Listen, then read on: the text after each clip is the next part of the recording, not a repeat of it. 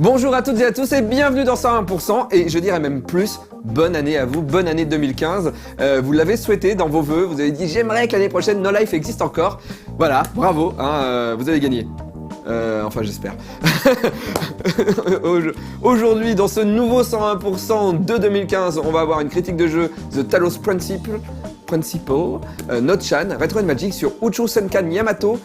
Yamato, pour moi c'est Yamato, le truc avant je sais pas le dire, mais c'est Yamato, vous savez, les bateaux dans l'espace, voilà. Mais on commence avec les news.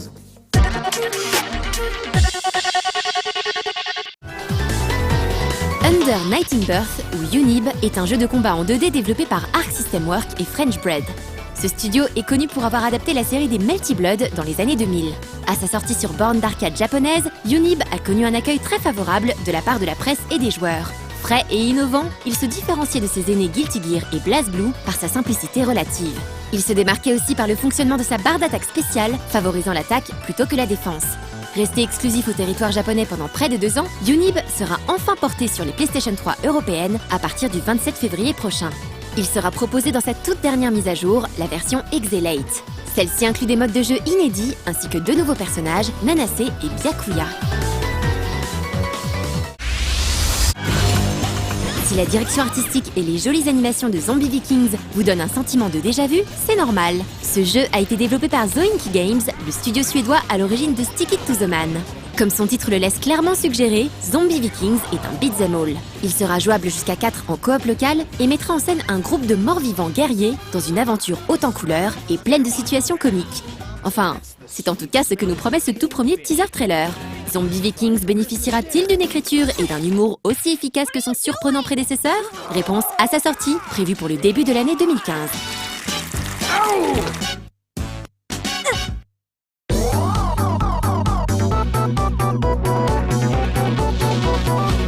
On est en 2015, mais j'aimerais qu'on parle de 2014, de décembre 2014. Je suis allé en dédicace au Havre et ça a été un de mes pires voyages de dédicace depuis très longtemps. Si vous voulez, je dois prendre le train à la gare Saint-Lazare, d'accord? Moi j'habite tout en bas de la ligne 14 vers Olympiade, d'accord? Vous voyez un peu Paris, voilà, c'est ça. Voilà, moi je suis en bas et l'autre c'est en haut. Je me dis, c'est cool, j'ai qu'à prendre une seule ligne de métro et j'y vais. Mais je vais partir à l'avance parce que je suis quelqu'un d'un peu stressé, donc je pars 1h10 avant le départ du train. J'arrive à 9h40 pour prendre mon métro, mon train part à 10h40.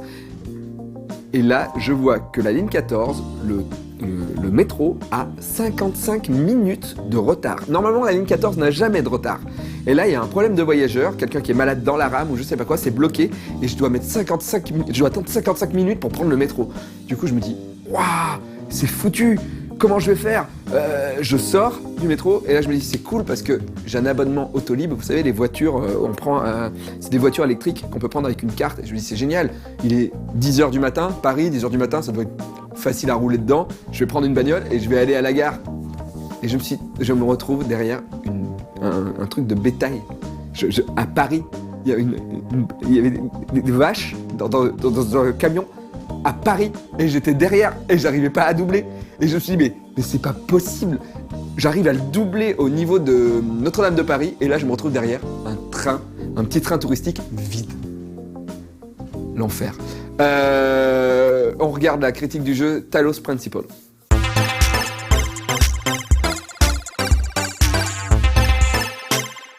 Games are part of what makes us human.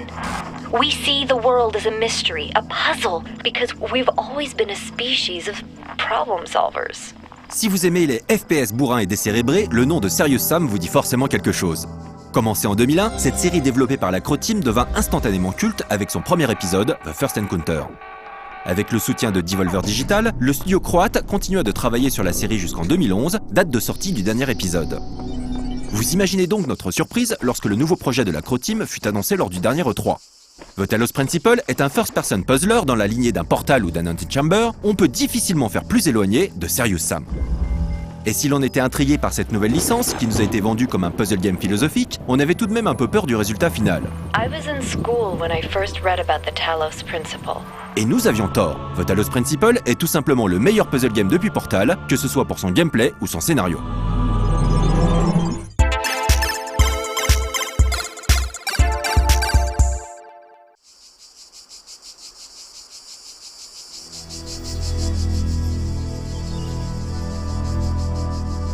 vous réveillez dans des ruines antiques guidées par une voix venue du ciel. Cette voix vous ordonne de relever les épreuves se présentant sur votre chemin et c'est ce que vous allez faire. Behold, child, you are risen from the dust. Comment êtes-vous arrivé là? Quel est le but de toutes ces énigmes? Et qui êtes-vous? Des questions qui trouveront leur réponse au fil de votre progression et de la découverte de terminaux dispersés un peu partout dans les niveaux. Ces terminaux permettent de consulter des documents, que ce soit des travaux de recherche, des passages de textes religieux ou bien des logs incompréhensibles. Mais ils vous laisseront surtout la possibilité de dialoguer avec une intelligence artificielle mystérieuse qui tentera de vous retourner contre la voix venue des cieux. Qui est-ce? Quel est son but? Encore une fois, ces questions trouveront leur réponse durant le jeu. Le scénario de The Talos Principle est tout simplement un modèle du genre. Tout d'abord, parce qu'il est tout à fait possible de ne pas y prêter attention. Vous pouvez simplement résoudre toutes les énigmes du jeu sans jamais prêter attention aux terminaux et vous ne serez quasiment jamais forcé à vous impliquer dans l'histoire. La façon dont le jeu réagit à vos actions est très intéressante. L'intelligence artificielle des terminaux vous soumettra régulièrement des QCM et les dialogues suivants changeront en fonction de vos réponses.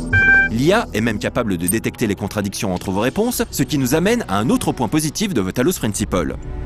Par le biais des dialogues, du rythme et des thèmes abordés, on est poussé à la réflexion sur de nombreux sujets philosophiques, sur la nature de la conscience, sur celle de l'homme, sur le sens de la vie. Tu ne dois pas avoir peur des fantômes. Crains uniquement de devenir comme eux. C'est plutôt bien amené, le tout étant suffisamment vague pour laisser les joueurs penser par eux-mêmes, tout en ne tombant jamais dans la dissertation de lycéen. Mes pouvoirs ne connaissent aucune limite. Et pourtant ta volonté est libre, car tu es fait pour être libre.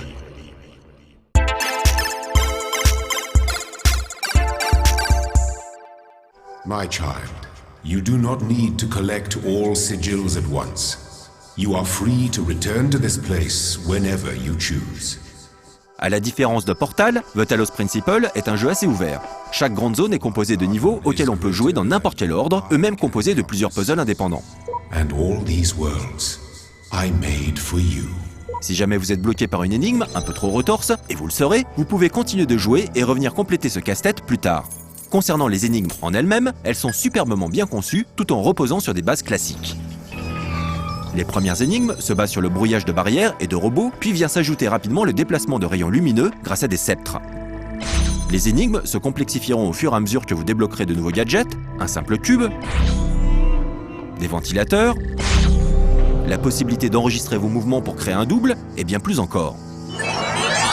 Si le gameplay à base de combinaisons de gadgets n'a rien de révolutionnaire, The Talos Principle possède un level design à faire pâlir bon nombre de productions concurrentes. Sans jamais prendre le joueur par la main, les développeurs réussissent tout de même à lui faire comprendre comment jouer. Couplé une difficulté pile comme il faut, une grande variété et une absence totale de répétitivité, on obtient une énorme dose de plaisir et de sensation d'accomplissement lorsqu'on résout une énigme. Ce n'est pas tout, les niveaux regorgent de secrets à percer. Des étoiles bonus ou des tombes offrant des indices pour les puzzles, tout trouver vous prendra beaucoup de temps, tout en étant très gratifiant. Si l'on voulait chipoter, on pourrait se plaindre des puzzles de Tetrominos, des ersatz de Tetris servant à déverrouiller de nouveaux gadgets et zones une fois tous les autres puzzles terminés. Ils ne sont pas mauvais, mais juste corrects, tranchant avec l'excellence du reste du game system.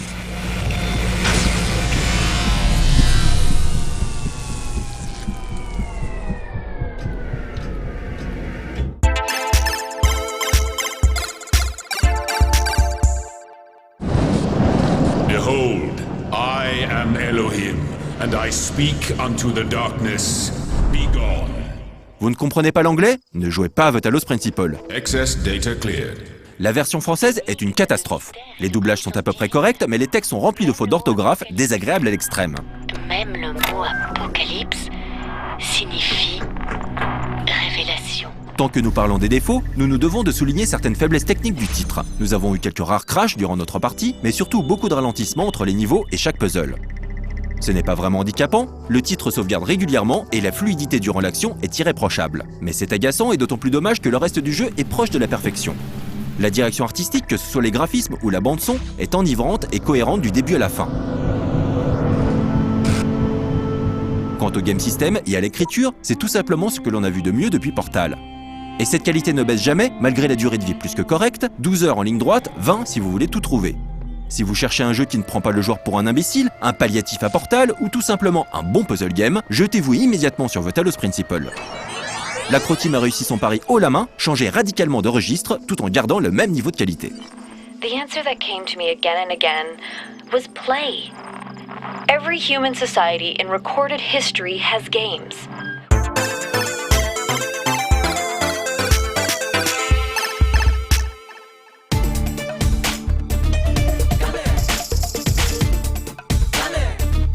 Donc, je continue à rouler dans Paris, je me rends compte que l'horloge tourne, et quand j'arrive autour de la gare Saint-Lazare, il est 10h30, un truc comme ça, et mon train part à 10h40, donc je me dis mais c'est pas grave, je vais pouvoir garer la voiture, et vous savez, ça fonctionne avec des bornes, ces voitures, c'est-à-dire qu'on bip à une borne, on prend la voiture, on dit à quelle borne on va, le GPS nous emmène directement à l'autre borne, et on peut se garer, et parce qu'une place nous attend.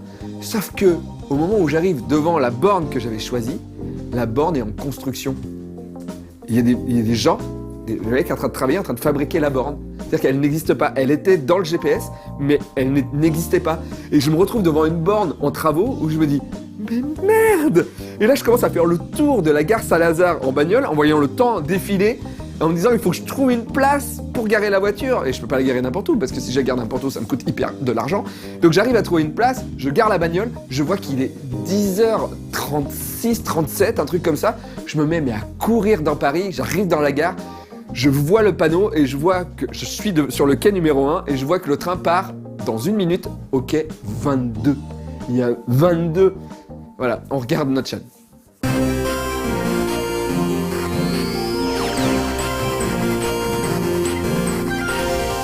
Salut bande d'attaques, c'est Nano-chan. Bonne année, bonne santé et tout ça. Comme d'habitude, Nano-chan a fait n'importe quoi durant les fêtes et il a les pixels tout retournés. Du coup, c'est moi qui inaugure la nouvelle année. Quoi? Ça faisait longtemps? Oui, c'est vrai, vous m'aviez manqué. Qu'est-ce que je faisais durant tout ce temps? Bande de vilains curieux, je n'ai pas le droit à un peu de vie privée? Laissons planer un peu le mystère. Non, parce qu'entre Puzzle & Dragons et le Protap Live, Terra Battle et Love Live, pfiou, les journées sont vite remplies. Mais bon, passons. Parfois, je me demande comment je ferais si en plus j'avais un enfant élevé. Pour l'instant, je n'en suis pas là, ce qui m'évite quelques réflexions fondamentales et quelques choix cruciaux. Par exemple, comment lui faire découvrir Star Wars? En commençant par l'épisode 4 ou par l'épisode 1? Oui, en fait non, la question ne se pose pas, interdit aux prélogies. Et puis c'est tout. Pardon, mauvais exemple. Prenons alors l'exposition aux jeux vidéo. Quel est le premier jeu qu'il faudrait lui mettre entre les mains? Andy Bayo, qui a pu être un moment directeur de la technologie du Kickstarter, a adopté une stratégie bien particulière à ce sujet vis-à-vis de son fils. Il lui a fait découvrir les jeux vidéo dans l'ordre chronologique. À 4 ans, l'enfant a commencé par Galaxian, Pac-Man, Dig Dug, puis il a continué en explorant la Logitech de l'Atari 2600. De la NES, en terminant la seconde quête du premier Zelda par lui-même à l'âge de 6 ans. En passant par la Super NES et les jeux PC, en 2011, le petit garçon découvre la Nintendo 64 et enfin Shadow of the Colossus sur PlayStation 2 avant d'arriver à la génération actuelle de jeux. Autant dire que le garçon possède maintenant une certaine habileté aux jeux vidéo de tout genre avec un goût prononcé pour les roguelikes.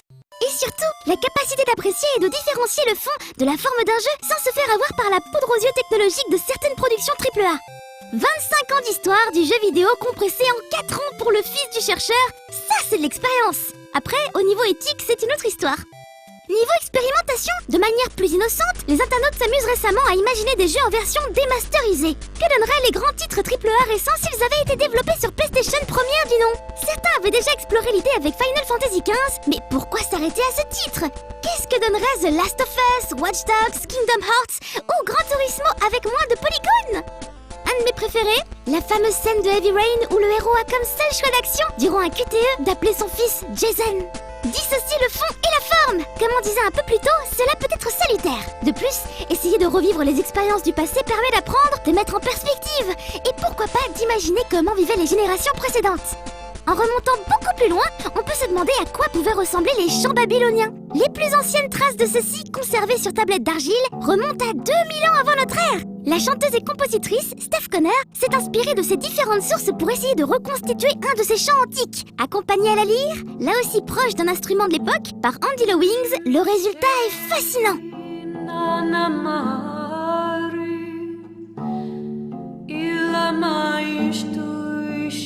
Le morceau est probablement arrangé malgré tout par la vision moderne de l'artiste. Mais il permet d'entrevoir la mélopée lente et envoûtante qui pouvait résonner en ces temps immémoriaux.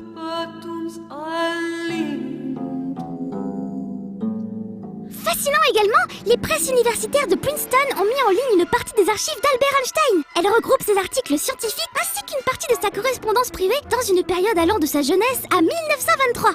Bon, évidemment, la plupart des textes sont en allemand, donc il vaut mieux s'accrocher. Ich spreche fließend Deutsch. Oui, je parle allemand couramment. Grâce à certains services de traduction en ligne. D'accord. Mais chut, faut pas le dire, ça serait le mal. Quoi qu'il en soit, il y aurait des polémiques sur le fait que le scientifique ne désirait pas que ses archives soient rendues publiques. Certains textes traduits en anglais permettent malgré tout d'effleurer la pensée du physicien qui continue de fasciner le monde entier 60 ans après sa disparition. Puisqu'on en est à parler physique, on peut souligner l'initiative des fameuses conférences TED qui ont mis en ligne un tableau périodique des éléments.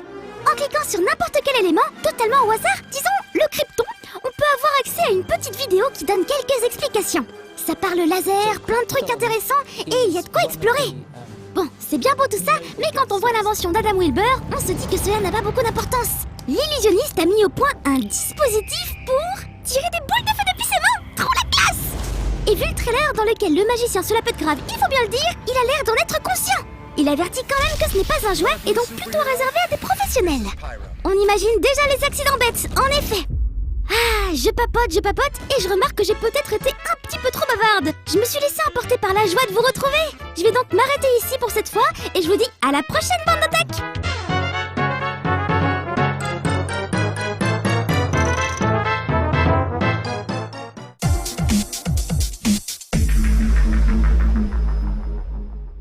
Je cours jusqu'au quai 22, je rentre dans le train à 1 minute avant le départ, et là je tombe devant les contrôleurs, et le contrôleur me dit « Hey monsieur, vous avez votre billet ?» Je fais « Bah j'ai pas eu le temps de le sortir parce qu'en fait, voilà, je viens de courir, donc c'est un billet électronique, et donc voilà, voilà le mail qui prouve que monsieur, si vous l'avez pas retiré, le billet n'existe pas, c'est des billets que vous payez uniquement quand vous les retirez.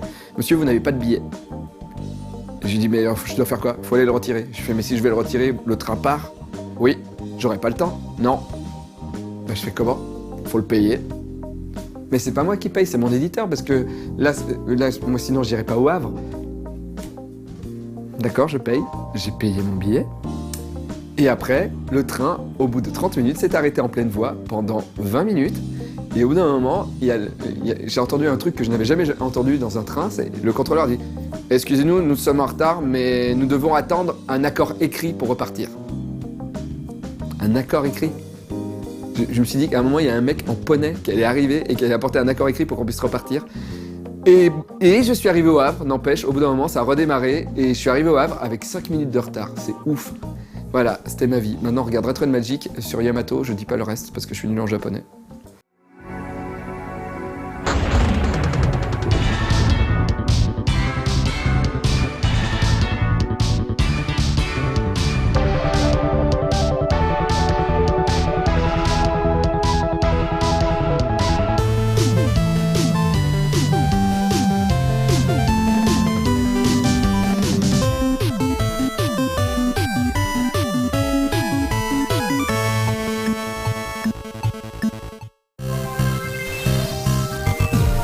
Méconnue en France mais culte dans de nombreux pays, notamment aux États-Unis où elle porte le nom Star Blazers, la saga Uchu Senkan Yamato est un immense classique de l'animation japonaise.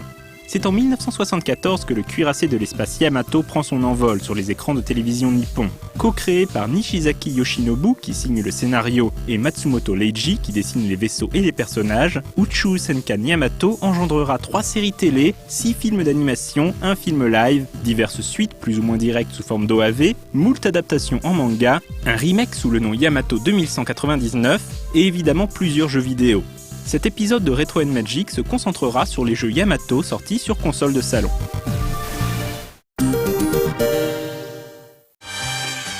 Le premier jeu vidéo Yamato sort sur PC Engine CD en 1992.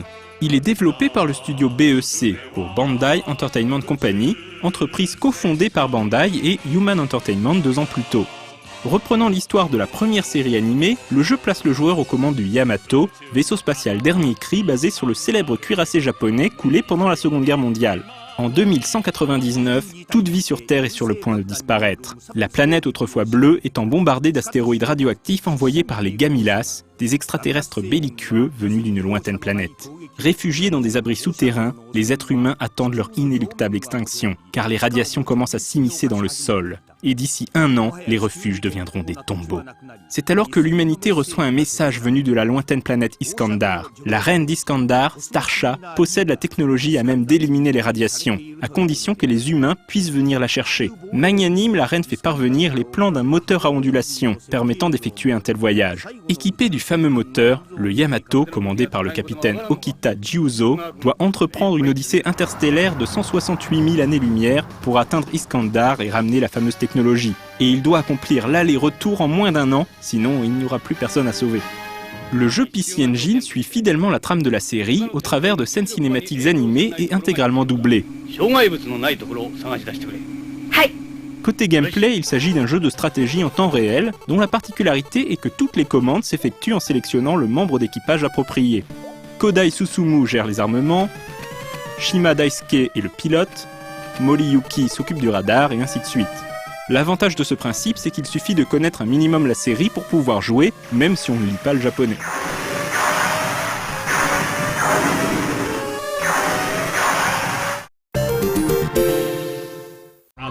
Il faut attendre 1999 pour assister à la sortie d'un nouveau jeu Yamato, cette fois-ci sur PlayStation. La sortie du jeu célèbre alors le 25e anniversaire de la série. Son titre japonais, Harukanaru Hoshi Iskandar, peut se traduire par la lointaine étoile Iskandar. Et sans surprise, le jeu raconte à nouveau la première odyssée du Yamato. Toujours développé par BEC, le jeu reprend le principe de l'épisode PC Engine en liant les fonctionnalités du vaisseau aux membres d'équipage. Le jeu est cette fois-ci tout en 3D. Le gameplay est toutefois un peu lourdeau, obligeant par exemple le joueur à viser manuellement les ennemis.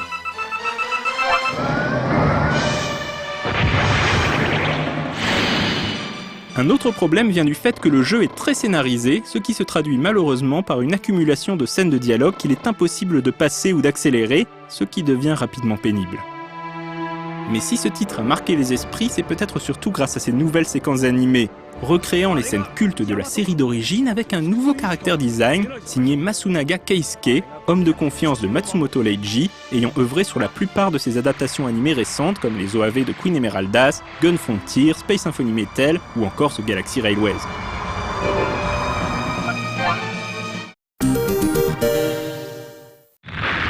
Le premier épisode sur PlayStation ayant remporté un grand succès, BEC décide de continuer sur sa lancée en réalisant Saraba Uchu Senkan Yamato, l'adaptation du 2e film et de la 2e série. 2 ans après la guerre contre Gamilas et le voyage vers Iskandar, la Terre restaurée connaît un nouvel âge d'or et l'humanité commence à s'étendre aux autres planètes du système solaire. C'est alors que les humains captent un nouveau message venu des tréfonds de l'espace. Cette fois, il provient d'une femme nommée Teresa, qui met en garde la Terre contre l'arrivée prochaine de la comète blanche. Un empire plus puissant encore que Gamilas est bien décidé à asservir l'humanité. Alors que le Yamato était destiné à devenir un musée, ses anciens membres d'équipage décident de le voler pour partir affronter la comète blanche, quitte à risquer la cour martiale. Saraba Uchu Senkan Yamato est un titre extrêmement ambitieux et généreux. Sur pas moins de 3 CD, le jeu propose une vingtaine de missions, plus de 30 minutes de cinématiques, des dialogues intégralement doublés et 2 fins différentes correspondant au dénouement du film ou à celui de la série. Bref, le fan en a pour son argent. Mais le plus agréable, c'est que c'est aussi et surtout un excellent jeu. Là où le premier épisode sur PlayStation était plus ou moins un remake 3D du jeu PC Engine, Saraba Uchu Senkan Yamato repense le gameplay en profondeur. De nouvelles phases tactiques font leur apparition, où on déplace le Yamato sur une carte galactique en semi-tour par tour. Il est possible de déployer des escadrons de chasseurs, de tirer sur des cibles distantes et même d'utiliser le fameux canon à ondulation.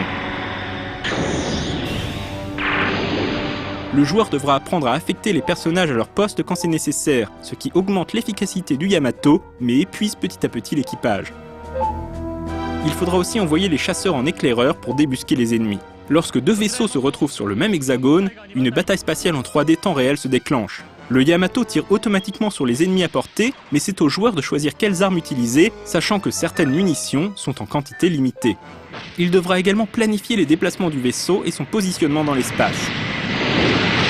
Lors des affrontements de chasseurs, le joueur jouera un rôle plus actif, notamment pour les tirs de missiles. Saraba Uchu Senkan Yamato, non content d'être un excellent jeu, est un parfait exemple d'adaptation réussie d'une série animée en jeu vidéo. Son seul défaut, c'est qu'il est encore plus bavard que son prédécesseur et qu'il est toujours impossible de passer ses séquences non interactives.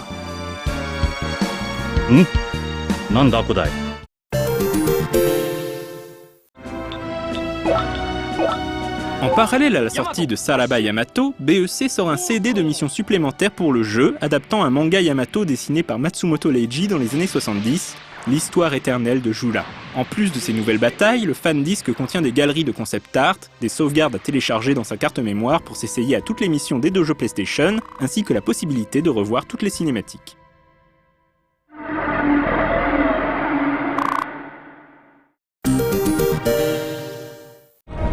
Fâchés depuis de nombreuses années, les deux créateurs de Yamato, Nishizaki Yoshinobu et Matsumoto Leiji, tenteront chacun de son côté de donner une suite à Yamato. Pour Matsumoto, cela se traduit par la publication du manga Great Yamato en 2001, qui inspirera à la société Sankyo une série de bornes de pachinko très populaire sous le nom Dai Yamato. L'une de ces machines sera même recréée en jeu vidéo dans la compilation Sankyo Fever 7 sur PlayStation 2. Il n'y a pas grand chose de plus à en dire à part que le jeu PS2 reconstituait la borne en 3D, proposait de dépenser son argent virtuel sur les variantes FX ou GX, et que des séquences animées venaient illustrer les succès du joueur. Dai Yamato sera adapté en une série d'OAV en 2004, mais cette version animée connaîtra une gestation pour le moins compliquée. En 2004, la saga Yamato fête son 30e anniversaire, et c'est l'occasion pour Bandai et BEC de revisiter à nouveau la franchise en mettant en chantier une trilogie de jeux sur PlayStation 2. Le premier de ces jeux est Iskandar e no Tsuioku, que l'on peut traduire par Réminiscence d'Iskandar. Il s'agit d'une adaptation du troisième film de Yamato, The New Voyage. Les Terriens et leurs vieux ennemis les Gamilas doivent mettre leurs différends de côté pour défendre Iskandar, menacé par le mystérieux empire de la nébuleuse obscure. Oui, les noms des méchants de Yamato ne sont pas très imaginatifs. Plutôt que de recycler le gameplay de Saraba Yamato, BEC décide de proposer un tout nouveau gameplay plus proche d'un jeu de stratégie temps réel comme la série Homeworld. Le joueur prend désormais le contrôle du Yamato et de ses flottes alliées dans des batailles spatiales en 3D temps réel, le jeu se mettant toutefois en pause lorsque le joueur ouvre son menu de déplacement ou d'action. Moins facile d'accès pour les non-japonisants, les contrôles s'effectuant désormais par le biais de menus classiques et plus au travers des personnages, cette nouvelle formule s'avère toutefois très efficace une fois que l'on commence à comprendre le principe, expliqué pas à pas dans un long tutoriel. En plus, on peut désormais passer les scènes narratives. En plus de la nouvelle histoire, enrichie de nouvelles batailles et nouveaux personnages absents du film d'origine, le joueur pourra également célébrer l'anniversaire de Yamato en revivant les moments forts de la franchise via des batailles historiques.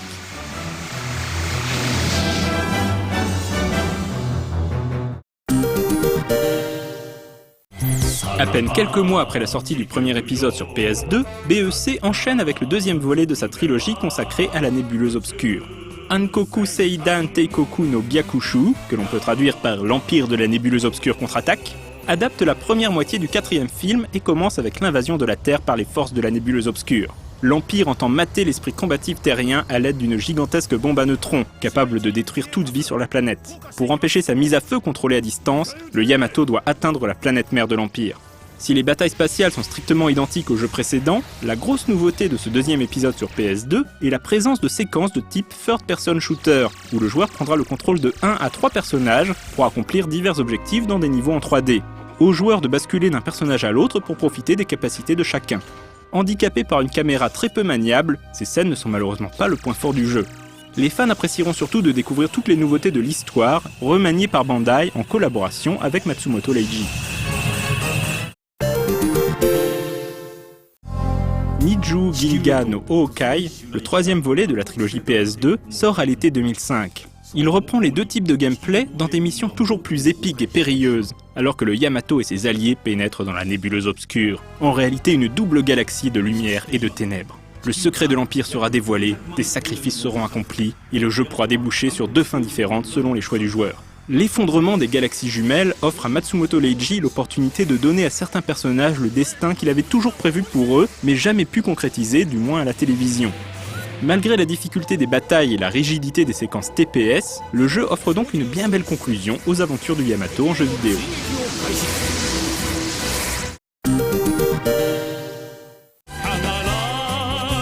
Malgré le succès rencontré par le remake Yamato 2199, la saga Yamato n'a pas fait l'objet de nouvelles adaptations sur console de salon. La nouvelle série a toutefois fait l'objet d'un partenariat commercial avec Phantasy Star Online 2 en décembre 2014 et a connu quelques dérivés sur téléphones et tablettes comme par exemple le récent jeu de stratégie Yamato 2199 Battlefield Infinity.